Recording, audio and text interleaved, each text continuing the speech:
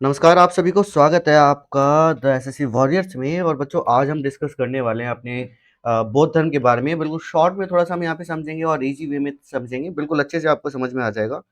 समझने के लिए आपको एंड तक वीडियो ज़रूर देखनी पड़ेगी, तो बच्चों लास्ट तक ज़रूर बने रहिएगा। तो यहाँ पे सबसे पहले कुछ बेसिक चीज़ें जो हैं हम बौद्ध धर्म के बारे में डिस्कस कर लेते हैं कि भाई बौद्ध धर्म का उत्थान कैसे हुआ। हालाँकि सभी को पता है कि भाई बौद्ध धर्म जो हम बोलते हैं, एक्चुअल में ये बौद्ध धर्म बाद में बना था। गौतम बुद्ध जब यहाँ पर आए, इन अ सिंपल वे आप बोल सकते हो कि गौतम बुद्ध ने जब अपनी विचारधारा सामने रखी, तो उसके बाद यहाँ पे लोगों ने इसको मानना शुरू कर दिया और धीरे-धीरे एक धर्म में कन्वर्ट हो गया। ये तो सभी बच्चों को पता है। तो सबसे पहले जैसे हम बात करेंगे, बिल्कुल मेजर पॉइंट्स पे जाएँगे, ज़्यादा डीप हम जाने का प्रयत्न नहीं करेंगे यहाँ पर। तो सबसे पहले हम बात करते हैं भाई गौतम बुद्ध थे कौन? कब इनका जन्म हुआ? और सारे के सारे रिलेटिव्स हम यहाँ पे डिस्कस करेंगे। देखो, गौतम बुद्ध का जन्म जो हुआ था वो 563 ईसा पूर्व में बैसाख पूर्णिमा के दिन हुआ था। कहाँ पर हुआ था बच्चों? नेपाल में। नेपाल में एक जगह है लुम्बिनी, लुम्बिनी में कपिलवस्तु के पास इनका जन्म हुआ था। यहाँ पे भी हम बता देते हैं भाई, अब जैसे बच्चे बोलते हैं कि सर इनका जो स्थान है वो तो बिहार का है। बिल्कुल सही है, क्योंकि इनकी जो माता थी, ये अपने घर जा रही थी और उस समय वो प्रेग्नेंट थी। तो जाते-जाते क्या हुआ कि भई उनके पेट में दर्द हुआ और वहीं पे क्या हुआ कि ये जो लुम्बिनी कपिलवस्तु जो हम बात करते हैं, वहाँ पे उनका जन्म हुआ था। जब इनका जन्म हुआ तो उसके लगभग 7 दिन बाद, मतलब लगभग 1 वीक बाद इनकी माता की मृत्यु हो गई, जिनका नाम था महामाया। इनकी माता का नाम था। इनके पिता का नाम शुद्धोधन था, जो कि एक शक राजा हुआ करते थे। और ये जो बिलॉन्ग करते थे वो शाक्य कबीले से बिलॉन्ग करते थे। सभी बच्चों को ये पता भी होगा कि भई ये जो हमारे गौतम बुद्ध हैं, इन जिनके बचपन का नाम सिद्धार्थ था, ये कहाँ से बिलॉन्ग करते थे? शाक्य कुल से बिलॉन्ग करते थे। और ये जो कुल था, इनके पिता शुद्धोधन जो थे वहाँ के राजा थे, शक राजा थे आप बोल सकते हो। उनकी माँ कौशल वंश की थी, जिनका नाम महामाया था। जैसे कि हमने बात करी कि जब उनका जन्म हुआ तो जन्म के बाद लगभग 7 दिनों बाद उनकी मृत्यु हो गई। फिर यहाँ पे इनकी सौतेली माँ या फिर इनकी दाई माँ भी बोल सकते हो आप, या तो इनकी दूसरी माँ भी बोल सकते हो, मौसी भी बोल सकते हो। उन्होंने इनका पालन-पोषण किया था। क्यों? क्योंकि देखो, शुद्धोधन ने क्या किया, जब इनकी पहली वाइफ की मृत्यु हो गई, मतलब महामाया की मृत्यु हो गई, तो उसके बाद इन्होंने महाप्रजापति गौतमी से विवाह कर लिया, जो कि ये जो हमारे गौतम बुद्ध थे या फिर सिद्धार्थ थे, इनकी मौसी भी थी और दूसरी दाई माँ या फिर आप बोल सकते हो दूसरी माँ भी बनी। उनके द्वारा पालन-पोषण किया गया और आप ये भी बोल सकते हो कि जब इनके द्वारा पालन-पोषण किया गया, तो इन्होंने बिल्कुल भी भेदभाव नहीं किया, कुछ भी ऐसा नहीं किया कि हाँ, ये मेरा बच्चा नहीं है या फिर कुछ भी नहीं। इन्होंने बिल्कुल वैसे ही पाला जैसे हर एक माँ अपने बच्चे को पालती है। अब जैसे कि हम बात करें पहले के बारे में, तो पहले में क्या होता था कि भई पहले, अभी के बारे में हम बात करें तो 18 वर्ष आपकी किशोर अवस्था जो होती है, या फिर हम बात करें कि 18 साल के बाद आप अडल्ट की एज में आ जाते हो। लेकिन पहले का समय थोड़ा-सा अलग था। पहले के समय में क्या हुआ करता था भाई, 16 साल एक ऐसी एज हुआ करती थी जहाँ पर लगता था लोगों को कि हाँ भाई, ये एज बिल्कुल सही है, ये बच्चे का विवाह कर लेना चाहिए इस उम्र में। ठीक है? तो 16 साल की उम्र में इनका विवाह हुआ यशोधरा से। याद रखना, इनकी वाइफ का नाम यशोधरा था। 13 साल तक इन्होंने विवाहित जीवन का आनंद लिया, मतलब विवाहित जीवन इन्होंने जिया, अच्छा खासा था। उसके बाद क्या हुआ कि भाई इनका एक पुत्र हुआ जिसका नाम था राहुल, और जो कि 29 वर्ष में हुआ था, 29 साल की उम्र में। 29 साल की उम्र में इन्होंने क्या किया, सॉरी 28 साल की उम्र में, यहाँ पे 28 साल होगा, सॉरी गाइस। 28 साल की उम्र में इनका एक पुत्र हुआ जिसका नाम था राहुल, और 29 साल में इन्होंने क्या किया, अपना घर-बार छोड़ दिया और निकल गए भई अपनी मोक्ष की तलाश में।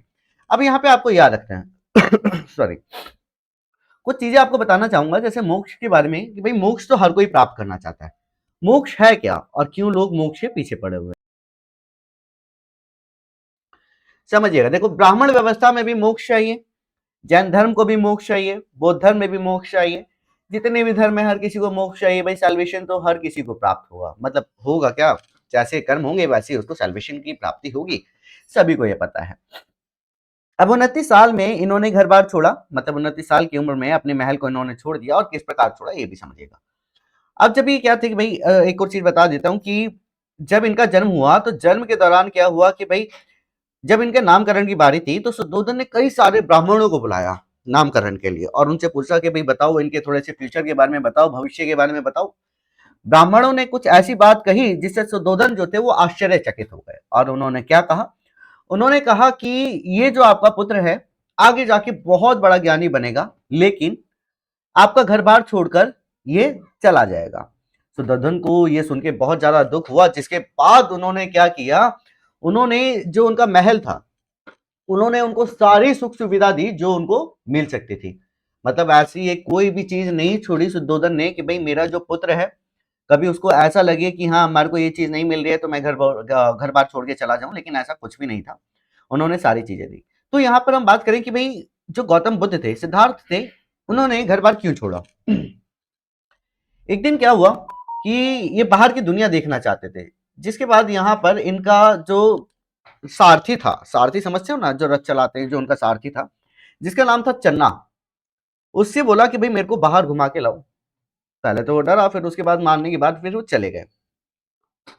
बाहर उन्होंने क्या देखा, बाहर उन्होंने एक बीमार व्यक्ति देखा, एक उन्होंने देखा बूढ़ा व्यक्ति, एक उन्होंने देखा मृत व्यक्ति, एक देखा मृत व्यक्ति, और लास्ट में अंतिम ने उन्होंने जो देखा वो क्या देखा, उन्होंने देखा एक ब्राह्मण को, एक संत को देखा जो कि भिक्षा मांग रहे थे। तब उनको कुछ चीजें समझ में आई। देखो, चाहे तुम कितने भी बड़े हो जाओ, मतलब कितने भी बड़े आदमी बन जाओ, या फिर तुम्हारे पास सुख सुविधा कितनी भी हो जाए, लेकिन आप जो दुनिया की सच्चाई है उससे नहीं भाग सकते हो। मतलब अगर बीमारी हम बात करें तो ऐसा तो नहीं है कि भाई बीमारी जो है सिर्फ गरीबों को आती है, अमीरों को नहीं आती है, या फिर जो सक्सेस हो गए उनको बीमारी नहीं आती है। अगर हम बात करें कि भाई जो बड़े बड़े लोग होते हैं, heart attack most of all उनको ही आते हैं। बड़ी बड़ी बीमारी हो गई, आपकी शुगर हो गया, या फिर जितनी भी बड़ी बड़ी चीजें होती हैं, ये बीमारी होती है, मोस्ट ऑफ ऑल उन्हीं को आती है। तो जितना मर्जी कर लो, जितना मर्जी एयर प्योरीफायर लगा लो, या फिर तुम वो फिल्टर लगा लो, कुछ भी लगा लो, भाई तुम जो जीवन की सच्चाई है उससे नहीं भाग सकते। मतलब बीमार अगर व्यक्ति पड़ रहा है तो वो हर किसी के लिए बीमारी है। वहीं पे हम बात करें बूढ़ा व्यक्ति।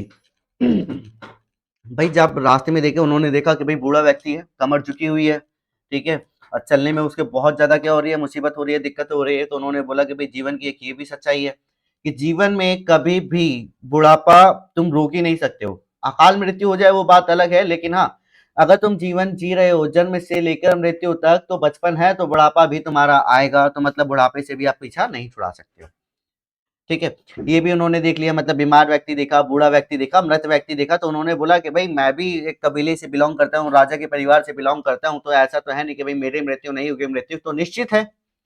कोई भी व्यक्ति हो, अगर किसी व्यक्ति ने इस दुनिया में जन्म लिया है तो उसकी मृत्यु निश्चित है। मतलब क्या बोलकर भेजा गया पृथ्वी को, क्या नाम दिया गया, बोला गया है भाई पृथ्वी जो है वो क्या है, मतलब एक अंत है। अंत किस प्रकार है कि अगर तुमने जन्म लिया है तो आपका अंत भी होगा। इसे बोला गया है मृत्यु लोक। क्या बोला गया बच्चों, मृत्यु लोक बोला गया है। मतलब आप मृत्यु से कभी छुटकारा पा नहीं सकते हो। उसके बाद उन्होंने संत को जब देखा तो उन्होंने बोला कि यार ये जीवन बहुत ज्यादा बढ़िया है, भाई लोगों को बहुत ज्यादा दुख है। उन्होंने, आपको पता होगा कि उनके चार आर्य सत्य हैं, है ना, चार आर्य सत्य हैं। पहला उन्होंने बोला कि भाई दुनिया जो है दुखों का घर है, बिल्कुल सही है भाई, दुख जीवन में जब तक रहेगा तब तक व्यक्ति परेशान रहेगा। उन्होंने बोला कि भाई दुखों से छुटकारा पाने का एकमात्र तरीका है, मतलब दुखों का जो कारण है वो क्या है, उन्होंने बताया इच्छा। जैसे कि हमने बात करी, संसार दुखों का घर है, दुखों का जो मेन कारण है वो क्या है, इच्छा है, ये भी उन्होंने बताया। बिल्कुल, इच्छा खत्म हो जाएगी तो जीवन में सुख ही सुख होगा। तीसरा उन्होंने बताया भाई इच्छा से छुटकारा पाकर मनुष्य अपना जीवन अच्छे से जी सकता है, मोक्ष की प्राप्ति कर सकता है। और चौथा उन्होंने बताया, सॉरी यहाँ पे चार उनके सत्य हैं, और फिर बाकी उन्होंने आठवें में बताया, आठ आर्य सत्यों के बारे में बताया, ठीक है। वही सही कर्म, सही बात, सही मृत्यु, ये सारी की सारी चीजें उन्होंने बताई। तो इस प्रकार उन्होंने बोला कि भाई इन सब चीजों से तो हम भाग नहीं सकते हैं। तो उन्होंने डिसाइड किया कि वो एक साधारण सा जीवन जिएंगे और मोक्ष की तरफ वो बढ़ेंगे। किसकी तरफ, मोक्ष की तरफ बढ़ेंगे। अब वहीं पे हम कंटिन्यू करते हैं कि जब 29 साल की उम्र में अपना इन्होंने महल छोड़ा तो कौन कौन व्यक्ति थे जो कि इनके साथ आए। पहले तो आपको याद रखना है चन्ना, जो कि इनका सारथी था, और उनका एक पसंदीदा घोड़ा कंथक। इन दोनों के साथ ये सत्य की तलाश में निकल गए, और ये जब सत्य की तलाश में निकले तो उसे महाभिनिष्क्रमण बोला गया, यानी महान त्याग भी बोला गया। तो बच्चों इसको याद रखना है कि महाभिनिष्क्रमण किसे बोला गया है, जब बौद्ध धर्म, मतलब जब सिद्धार्थ घर छोड़कर सत्य की तलाश में निकले तो उसे महाभिनिष्क्रमण बोला गया। और जब वो निकले तो लगभग 6 साल तक भटकते रहे, मतलब उनको 6 साल तक ज्ञान की प्राप्ति नहीं हुई थी। आगे हम बात करते हैं, फिर ये पहुंचे कहां पर, मगध। मगध में कहा, बिहार, बोध गया। बोध गया में पीपल के पेड़ के नीचे बैठे, और 35 वर्ष की आयु में, 35 की वर्ष में क्या हुआ कि भाई इनको निर्वाण की प्राप्ति हुई। और निर्वाण बोला गया है ज्ञान को। मतलब अगर पूछा जाए कि भाई निर्वाण क्या है तो आपको बता देना है ज्ञान है। इनको ज्ञान की प्राप्ति हुई थी 35 वर्ष की उम्र में, ये चीज याद रखना। जब इनको ज्ञान की प्राप्ति हुई तो इन्होंने सबसे पहला उपदेश दिया सारनाथ में। जब इन्होंने सबसे पहला उपदेश दिया सारनाथ में तो इसको क्या बोला गया कि भाई इसको धर्म चक्र प्रवर्तन बोला गया। क्या बोला गया? धर्म चक्र प्रवर्तन, मतलब कानून का चक्र इन्होंने बताया। और जब इन्होंने पहला उपदेश दिया तो यहाँ पर इनके 5 शिष्य भी बन गए। कितने? 5 शिष्य बन गए। आगे हम बात करते हैं फिर यहाँ पर मल गणराज्य में 80 वर्ष की उम्र में 483 लगभग 80 वर्ष की उम्र में 483 ईसा पूर्व में कुशीनगर कहाँ है? यूपी के देवरिया जिले के गांव है कसिया, उसके समान ही है, मतलब उसके आसपास ही है। ठीक है, वहां पे इनकी मृत्यु हो गई जिसे बोला गया महापरिनिर्वाण। तो ये चीज भी आपको क्लियर हो गई।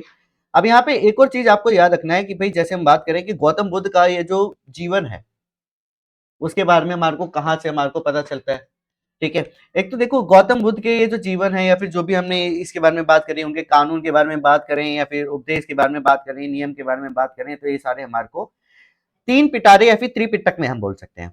इसमें 3 पिटारे या फिर त्रिपिटक में बोल सकते हैं। ठीक है, फिर आगे हम बात करते हैं। तो यहाँ तक आपको क्लियर हो गया कि पहला आपको याद रखना महाभिनिष्क्रमण, जब ये घर छोड़कर गए थे तो उसे महाभिनिष्क्रमण बोला गया। दूसरा आपको याद रखना है निर्वाण, जब इनको ज्ञान की प्राप्ति हुई तो उसे निर्वाण बोला गया। तीसरा आपको याद रखना है धर्म चक्र प्रवर्तन, जब इन्होंने सबसे पहला उपदेश दिया उसे धर्म चक्र प्रवर्तन बोला गया। चौथा आपको याद रखना है महापरिनिर्वाण, मतलब जब इनकी मृत्यु हो गई तो उसे महापरिनिर्वाण बोला गया। ठीक है, चलिए आगे हम बात करते हैं कि भाई अब यहाँ पर तो ये चीज आपको समझ में आ गई होगी जो कि हमने इनके बारे में बात करी। आगे हम बात करते हैं भाई यहाँ पर बौद्ध परिषद के बारे में। अब जब इनकी मृत्यु हुई तो इसके बाद बौद्ध परिषद हुई, मतलब बैठकें हुई, उसके बारे में हम बात करते हैं। बौद्ध संगीति हुई, टोटल 4 बुद्ध संगीति हुई थी, जिसमें से पहली बौद्ध संगीति के बारे में बात करें तो बुद्ध की मृत्यु के बाद भिक्षु 4 बार इकट्ठे हुए और इन घटनाओं का प्रभाव बौद्ध धर्म पर पड़ा। जिसमें से पहली बौद्ध परिषद जो थी, पहली बौद्ध परिषद का राजगृह में, मतलब पहली बौद्ध परिषद का आयोजन राजगृह में 483 ईसा पूर्व में अजात शत्रु द्वारा कराया गया था। जिसकी अध्यक्षता किसने की थी? महाकश्यप द्वारा इसकी अध्यक्षता की गई थी। मतलब महाकश्यप वो थे जो कि बौद्ध को मानते थे। इस परिषद में बौद्ध की शिक्षाओं को 2 पिटारे में विभाजित किया गया, फिर 2 पिटकों में विभाजित किया गया, जिसे बोला जाता है विनय पिटक और सुत्त पिटक। विनय पिटक और सुत्त पिटक की रचना यहाँ पर उपाली और आनंद द्वारा की गई। यह रखना है, विनय और उपाली द्वारा क्या की गई? सुत्त पिटक की रचना की गई थी। उपाली ने विनय पिटक की रचना की और आनंद ने सुत्त पिटक की रचना की। अगर पूछा जाए प्रिय शिष्य में कौन है तो आपको 2 नाम याद रखने हैं, उपाली और सुत्त पिटक। ठीक है, आगे हम बात करते हैं। एक और चीज यहाँ पे मैं आपको बताना चाहूंगा मेनली, भाई यहाँ पर उपाली जो थे, यहाँ पर उपाली और आनंद जो थे ये बौद्ध के प्रिय शिष्यों में एक थे। और आनंद के कहने पर पहली महिला को जोड़ा गया था, मतलब पहली भिक्षुणी को जोड़ा गया था। यहाँ पर क्या था कि भाई जब पहली भिक्षुणी को जोड़ा गया तो वो कौन थी? वो थी इनकी खुद की दाई माँ, मतलब आप बोल सकते हो दूसरी माँ, माँ प्रजापति गौतमी। आनंद के कहने पर उनको पहली महिला भिक्षुणी बनाया गया था। उसके बाद कंटिन्यूअसली जो महिलाएं थी वो भी इसको ज्वाइन कर सकती थी। हम बात करते हैं बौद्ध धर्म में कौन आ सकता था, क्यों आए लोग और किस प्रकार बौद्ध धर्म पूरी तरह से बढ़ गया। ब्राह्मणवादी व्यवस्था के बारे में तो सभी को पता है, जिसमें वर्ण व्यवस्था प्रचलित थी। वर्ण व्यवस्था में 4 वर्ण थे, पहला ब्राह्मण, दूसरा क्षत्रिय, तीसरा वैश्य और चौथा शूद्र। मतलब वर्ण के आधार पर सारी की सारी चीजें तय थी। ब्राह्मण के कार्य तो आपको पता ही है कि भाई यज्ञ वगैरह करना, दान दक्षिणा लेना, इनके पास भी संपत्ति अच्छी खासी थी। दूसरा, हम जब क्षत्रियों के बारे में बात करें तो राजा के बारे में तो सभी को पता है कि भाई इनके पास संपत्ति बहुत ज्यादा होती है। तीसरा हम बात करते हैं वैश्य के बारे में। वैश्य थोड़ी अलग अलग कैटेगरी के होते थे। मतलब वैश्य में कौन कौन आ जाता है? आपके किसान आ जाते हैं। पहले किसान आप ले लो, आपका लोहार हो गया या फिर आपका सुनार हो गया, आपका व्यापारी हो गया, ये सारे के सारे आपके वैश्य में आ जाते हैं। चौथे में शूद्र होते थे, ठीक है, जिनका काम एकमात्र था ब्राह्मणों के अनुसार कि भाई ऊपर के 3 वर्णों की सेवा करने का काम जो है किसका है? शूद्र का है। अब यहाँ पे इसकी उत्पत्ति कैसे हुई ये भी हम बता देते हैं। ब्राह्मणों का कहना है कि इनकी जो उत्पत्ति हुई है वो ब्रह्मा जी से हुई है। मतलब मुख से ब्राह्मण निकले, बाह से निकले क्षत्रिय, थाई से निकले, जांग से निकले कौन?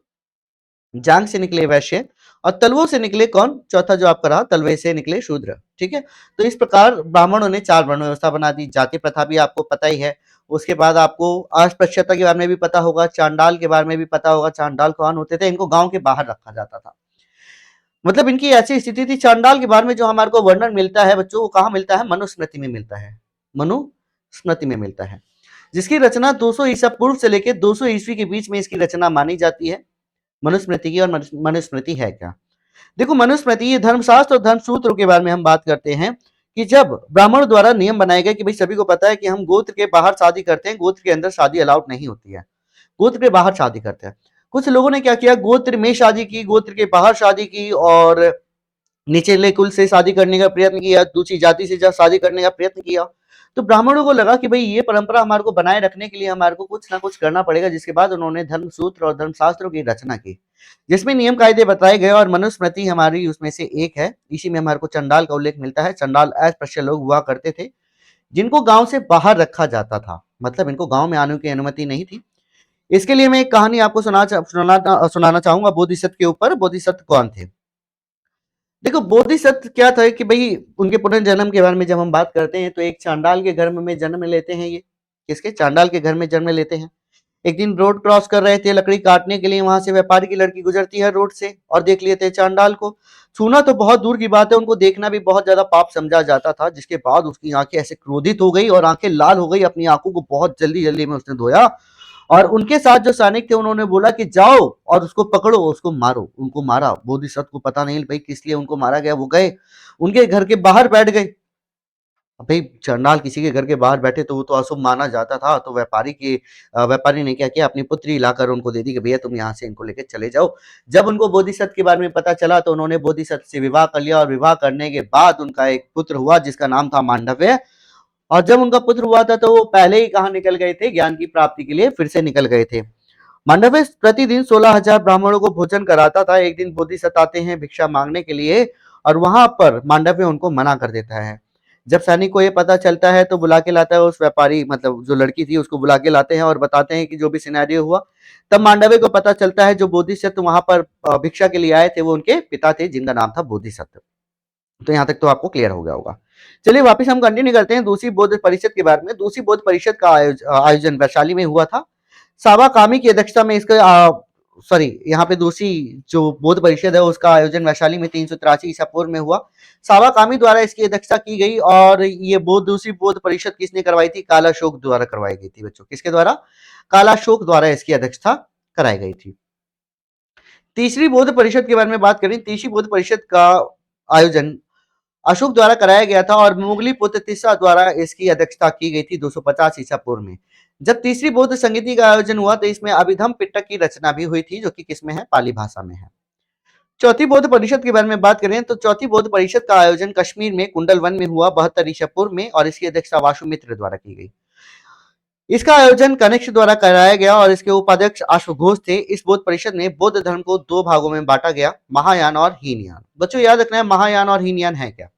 महायान वो होते हैं जो कि गौतम बुद्ध को महान मानते हैं और हीनयान वो होते हैं जो कि गौतम बुद्ध को महान ना मानकर उनके विचारों को महान मानते हैं, उसे हीनयान बोला जाता है।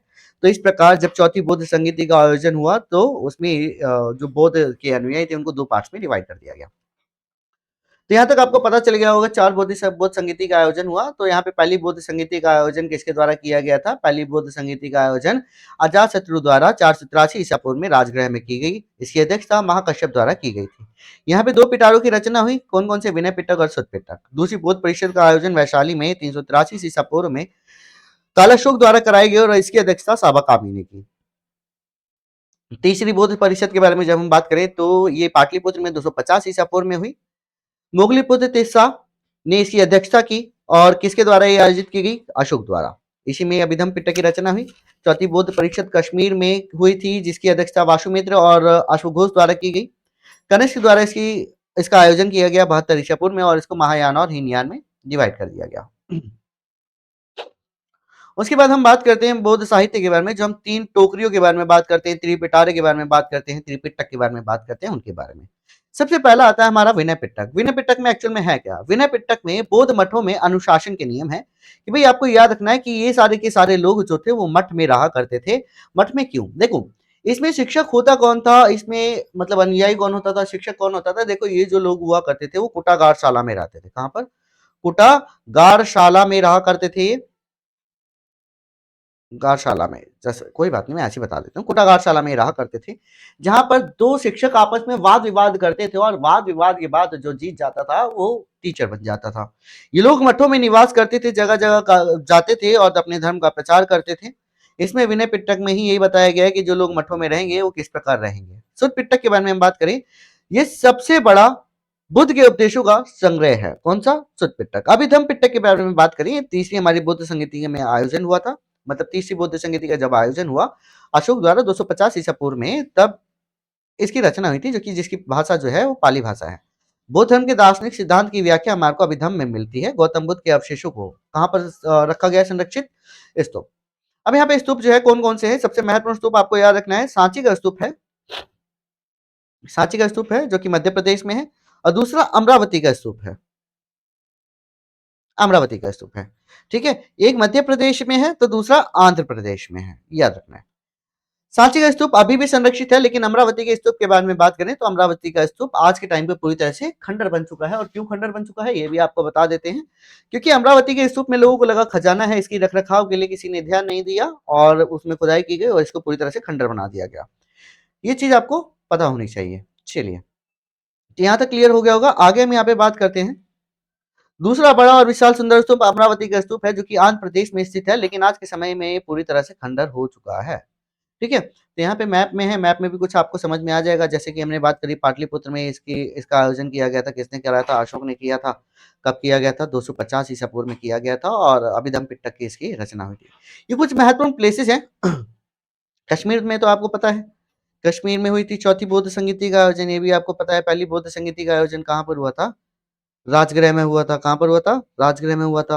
और चौथी तो आपको पता ही है, ठीक है। पहली यहाँ पर जैसे हम बात करें, पहली जो है कहाँ पर हुई थी? पहली हुई थी आपकी राजगृह, दूसरी वैशाली, तीसरी पाटलिपुत्र और चौथी कश्मीर। ये चीज आपको याद रखनी है, ठीक है। कुछ महत्वपूर्ण तथ्य के बारे में हम बात कर लेते हैं गौतम बुद्ध के बारे में। तो यहाँ पे देखो, हाल ही में क्या हुआ कि भाई अभी रिसेंट ईयर में हम बात करते हैं कि भाई 8 दिसंबर को 2023 को बुद्ध दिवस के रूप में माना गया है। मतलब ये वो बुद्ध दिवस के लिए इसलिए माना गया है क्योंकि जब गौतम बुद्ध को ज्ञान की प्राप्ति हुई थी, उस तिथि के अनुसार यहाँ पे इसको माना गया है कि भाई 8 दिसंबर को 2023 को बुद्ध दिवस के रूप में मनाया गया है, और मनाया भी जाएगा शायद। बौद्ध संरक्षण के रूप में बालापुत्र को जाना जाता है। बालापुत्र ने अपने राजदूत को देवपाल को नालंदा में मठ का निर्माण करने के लिए आदेश दिया, और देवपाल ने 5 गांवों को उसे संरक्षित रखने के लिए अनुरोध भी किया गया था। तो आपको याद रखना है भाई, बालापुत्र जो है इसको बौद्ध धर्म का संरक्षण भी बोला जाता है। क्यों? क्योंकि देखो, बौद्ध धर्म के संरक्षण में इन्होंने क्या किया कि भाई एक बहुत बड़ा मठ यहाँ पे निर्माण इन्होंने करवाया, जो कि बौद्ध के लिए था। यहाँ पे जातक आपको याद रखना है, जातक की कथाएं क्या है। टोटल इसमें देखो 50 गौतम बुद्ध के पुनर्जन्म का वर्णन है। इसमें बताया गया है कि गौतम बुद्ध ने टोटल 50 जन्म लिए और 50वें जन्म के दौरान वो बुद्ध बने। पहले तो वो सिद्धार्थ नाम था, ठीक है, बाद में क्या बने? गौतम बुद्ध बने थे, ठीक है। तो आपको यहाँ पे याद रखना है कि भाई जातक में बताया गया है कि जातक कथाएं क्या है। गौतम बुद्ध के पुनर्जन्म का विवरण जो हमारे को मिलता है जातक कथाएं में मिलता है। ऐसा बोला गया है कि उनको बुद्ध बनने के लिए टोटल 50 जन्म लगे थे, ऐसा बोला जाता है, ठीक है। सुत्त पिटक बौद्ध धर्म का मुख्य उपदेश है, और इसमें इसे 5 संग्रह में विभाजित किया गया। तो होपफुली यहाँ तक आपको समझ में आया होगा कि भाई गौतम बुद्ध के बारे में अच्छे से समझ में आ गया होगा, क्या था क्या नहीं था, और हमने यहाँ पे क्या क्या डिस्कस भी किया। वीडियो अच्छी लगी होगी, और आपको कोई भी डाउट होता है किसी भी प्रकार का, तो डेफिनेटली आप हमारे से डिस्कस कर सकते हैं, जिसका आंसर हम आपको डेफिनेटली आपके कमेंट सेक्शन में देंगे, ठीक है। तो आज के लिए हम यहाँ पे इसको समाप्त करेंगे बच्चों। मिलेंगे आपसे नेक्स्ट क्लास में। आज के लिए tata bye bye, see you, meet you again in next class. बस जाने से पहले वीडियो को लाइक कर देना, चैनल को सब्सक्राइब कर देना। मिलते हैं आपसे नेक्स्ट क्लास में।